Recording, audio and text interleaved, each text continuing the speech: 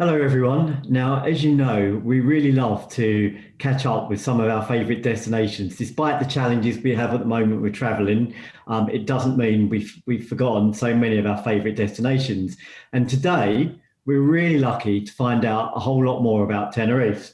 And I'm delighted to introduce to you Pia Louw, who is the Director of Promotions for the Tenerife Tourist Corporation. Hi, Pia. Hello, how are you, John? I'm good, thanks. And you? I'm fine, thank you. I'm here in Tenerife. What else? You are in Tenerife. Yes, I am. Though I have my artificial background here. It's nice and sunny here in Santa Cruz. Well, you know what? I think straight right from the off, that now means we've got one very jealous audience because we'd all love to be in Tenerife. So lucky you. But look, the great thing is we will get a chance to find out a little bit more about it now. And obviously, the Brits have a real love affair with Tenerife anyway. But I think the exciting thing from your point of view is I know you've recently launched a new brand. And I think the first thing we're going to do is take a look at your new brand video, Tenerife Awakens Emotion. So should we take a look at that now? Let's check it out. Tenerife, the island of Teide, of 23 degrees, of carnival, the ideal place to go with your family, friends, your partner. A wonderful island, which is why people return. However, Tenerife is a lot more than that. Tenerife is constantly evolving. It is much more than a destination. It is a brand. And it needs to be able to express itself to maintain a constant dialogue with those who have already discovered it or who are about to. Because it is people who live our island, who experience all sorts of emotions here, who inspire us and ensure everything makes sense. Because when we speak about emotions, good and positive feelings, we find a language that fits in perfectly with what we are, our energy, our character, and our purity, and that can be captured visually. Here, people can feel love for our abundant and diverse nature, enjoyment with our open-air sports, nature trails, music, rooftop bars, and beach clubs. Hope of finding the best version of you, thanks to this sun and our beaches. Serenity that comes from hearing the splashing of our families of cetaceans. Interest, because of the charm of the villages, our universal heritage, and the avant-garde nature of our architecture. Pride in our gastronomy and our incredible wines. Joy expressed through leaps and bounds. Inspiration connecting you to the universe. Surprise, because of the colors of our traditions and our culture. Gratitude at being able to say, wow, that's great. And that's not all. With this language, we can speak about all those places that can be enjoyed. Our Teide, the mountains, our sea of blue, or our beaches, white and black. Our villages, and also experiences like the gastronomy, the golf, our nature trails, and the surf. Because Tenerife, apart from being a place to visit, is a place that makes you feel. That is why we say it awakens emotions. This message is so important for us that it becomes another hallmark of its identity. That is why it goes with our name, to which is added our beloved Teide, which is more present, and the blue of our flag, of our skies, and of our sea. And an exclamation reminding us of a marker so that everyone knows where to find us.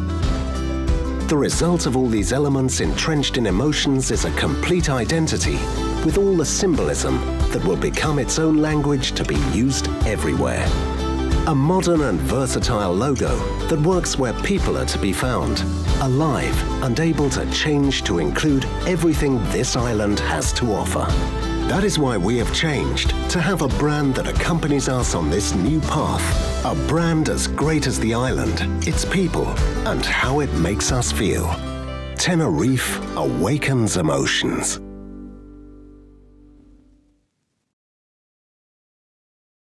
Wow, what an amazing video. So now not only are you in Tenerife, which first off made us jealous, we've now sat and watched that video too and seen some stunning imagery of Tenerife. So we're even more desperate to go to Tenerife now.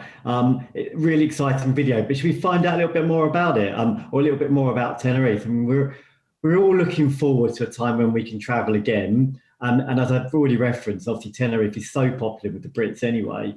But as it has been a while since so many of us have been there, Can you remind us what Tenerife's all about and why we should go and all the great things there are to see and do? Definitely. Tenerife has actually been working meantime of the COVID. Lucky enough that the different hoteliers, the resorts itself, the entertainment areas, and also the amusement parks has been really doing hard work to maintain the quality. So nothing disappears when you're coming back again. So you get that double wow effect on your holiday experience after being locked in for such a long time. And it's really sad that everybody's been limited the activities of traveling. So hopefully the day that everything pops up again, it's going to be an enjoyable time here in Tenerife. And not just the resort itself, the destination has actually upgraded itself in all the quality of the local infrastructure as well. And making it sure that it's an easy island still to travel around, go out and see all these small couple streets in the villages, see the charming towns like Garachico, or even, go out and then experience the nature. My backslash is really what we do on the island now. All our lifestyle is outdoors. We're not sitting indoors any longer. So the island has just been, developing. We've had it on the market for many years, but people haven't taken use of it. And now they will, because we've been, restrained in our homes a little bit. So we need to go out and get our wings flapping again. And then we can do either our favorite outdoors activities or learn how to surf, go out and hike in our nature, or even scuba diving. We have fantastic diving facilities on the island as well. And why not go out and discover the whales and dolphins? In the meantime, we have been certified with the sanctuary of the Whale Heritage Site, with the third largest one in the world. So this is done all year round in Tenerife. So no matter what, you come in the summer, you come in the winter, the sun is always shining. And this is the magic about our place. The weather is there. And what we look out for when we go on holidays is to feel warm and cozy and go out and have fun. This is all about enjoy. And as our claim is, awakening our emotions again, get out and get that feel that you're alive. Oh, great. And you're so lucky. I mean, we're lucky if the sun shines in the summer in the UK. So to get it all year round is a real boost. But I think you make some really key points there, because I think for a lot of the UK market, when you talk about Tenerife, they immediately think of beaches and sun. But actually, as you've referenced, there is so much more to do and see. And actually, as we come out of COVID and we come out of lockdown, people want so many more different experiences. So I think it's really important that I think you put that over wonderfully well, that there is so much more to Tenerife than a simple beach holiday. What's the one thing, or maybe it's more than one thing, what do you kind of think makes Tenerife really special? What gives it the edge?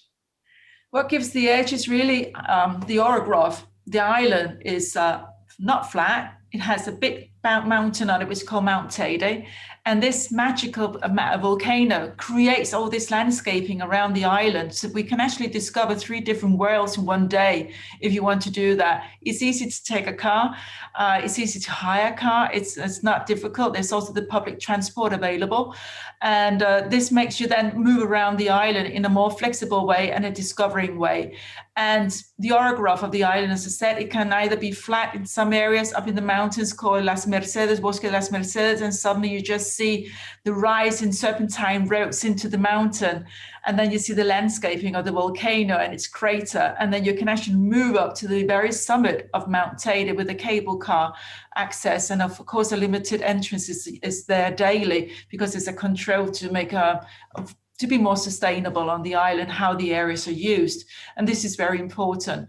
And this is the unique side of Tenerife. And then, of course, the bottom of from the ocean down, there's the depths where we have the diving, the whale watching. And also this is where we also can do the stargazing up in Mount Teide. So you can find a beautiful black spot, because there's no light pollution here.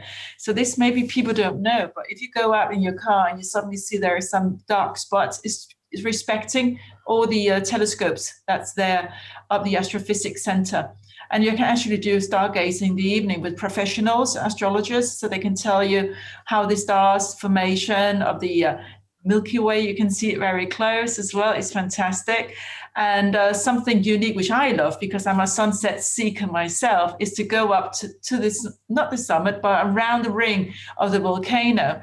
And there you can actually see the sunset of the 3 islands, which are next door, close up to Tenerife. It's La Gomera, La Palma, and El Hierro. And it can't get more magical in an evening. So those are those moments that you don't realize is available, and it's there for free. Not the cable car, but the experience is for free. It's just unique.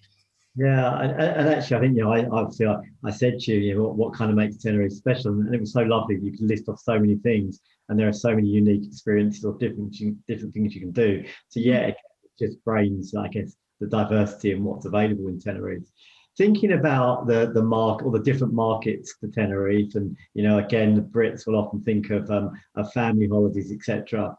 What about for the more discerning traveller, somebody that maybe is looking for a bit more luxury? What does Tenerife have to offer them? Well, we are on the top list of the destination of most resorts of different styling of the luxury concept. There is a huge variety. As I said, we've been doing our homework on the island for the last year and a half, and there's been some openings of some beautiful resorts with luxury touch to it, like the Royal River, which is villas, and it has this endless river within it. That's why it's called river, and it's just villas. This is independent accommodation within a hotel resort. Likewise, you got the Abama Bahia del Duque with these beautiful villas, and likewise also La Terrazas de Abama, or if you also have the Baobab. So it's an endless list of all these unique accommodations. And the recent one to getting close as well with a different kind of profiling is then also the Royal Hideaway in La Caleta. So there's been an extension up the coastline, southwest side of the island, of these luxury hotels. And also the 5-star hotels up in the north has done their homework as well. So for those who really want to get indulged and get that treatment and have that little extra touch on their holidays, with no doubt they will find it. Just depends on what they want on their holiday, and we're able to cater that. And that is very important to understand. What are the needs of the traveler coming out?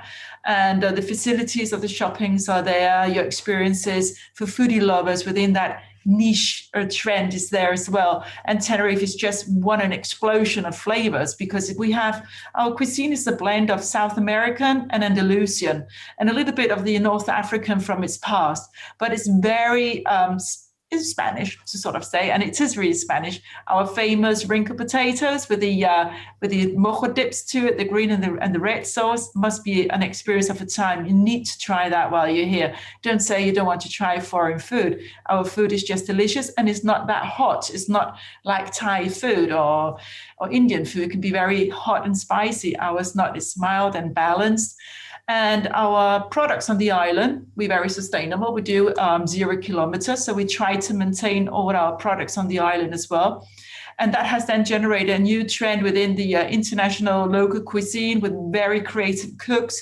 And imagine, Tenerife has 5-star rated Michelin star restaurants. And there's 334 of them in Spain and 5 of them in Tenerife. What more do you want? It shows you really the quality and what can be found. With our wines, likewise, served with those dishes. It's a great combination.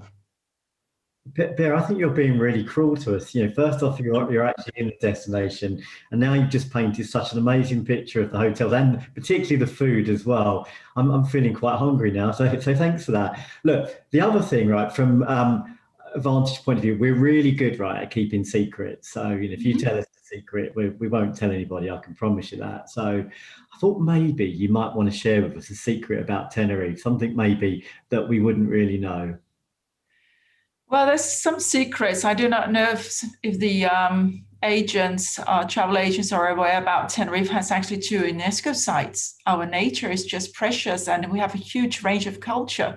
So come out and experience Tenerife in the summer.